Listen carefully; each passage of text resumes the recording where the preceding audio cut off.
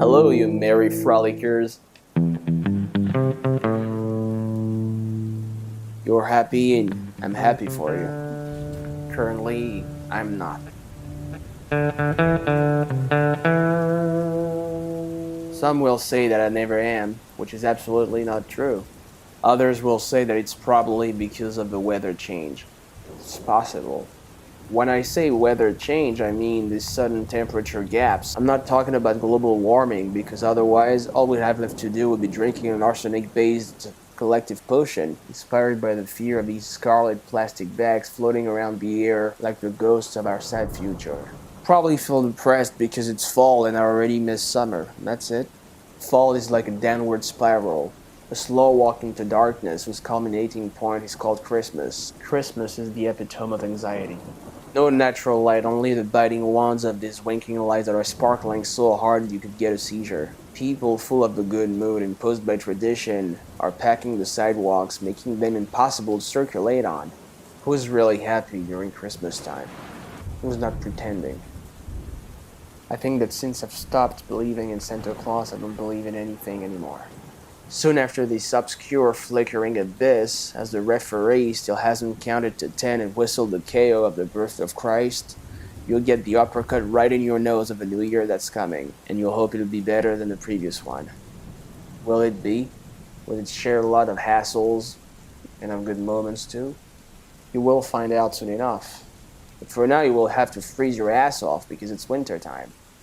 Let's not even talk about it. It's like crossing a desert. Everybody's trying to live again after the Berezina of the end of the year celebrations. The light is coming back, days are getting longer, everything seems lifeless, but we're thinking it's not gonna last long. Then will come the massive showers of March and April as a means to purge this winter fever. A good old sweating, nothing better to throw this season out like the flu, which you may get sick from during that time.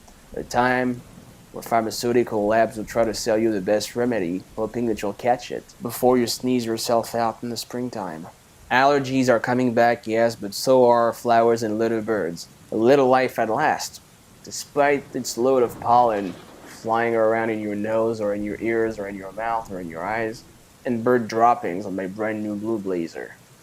You think you're done with winter, but spring takes its time to settle in, with its unreliable temperatures and rain refills. This way, it's certainly the most depressing season after Christmas. But as soon as June comes in, without expectation, summer will have sneaked in. Ah, this is wonderful. It's hot, all the ladies are reappearing, everybody is down the street for something different than mass complaining. Teachers and students alike are on vacation. This is considerable, but I'm getting distracted. People enjoy a bit of rest. I mean, some of them.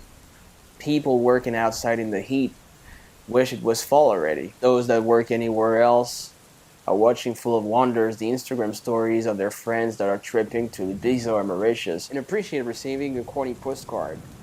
Summer feels like a party that starts slow and ends hot before night falls. You don't have a lot of time to enjoy it, because as soon as it starts, days are getting shorter and shorter, making it rank number 1 on the top 4 of the most frustrating seasons of the year. The end of August looks like the height of this party, whose hangover you shall pay in September when you have to go back to school and eventually demonstrate with your teachers. Also starts grade picking, along with fall, which I've said it before, carries its downwards name perfectly. Etc., etc., etc., etc., etc.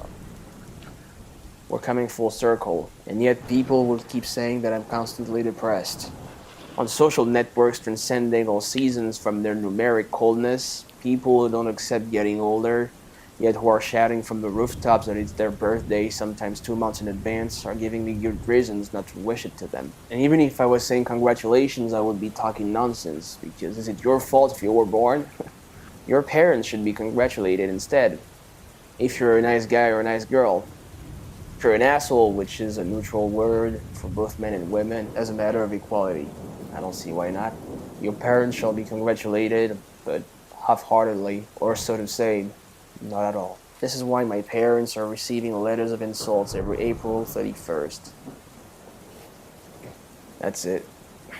Next week, we'll slam the pants of hope sellers of all kinds, whose business is booming so hard that even Donald Trump is starting to invest in it. See you soon, you provisionally depressed ones.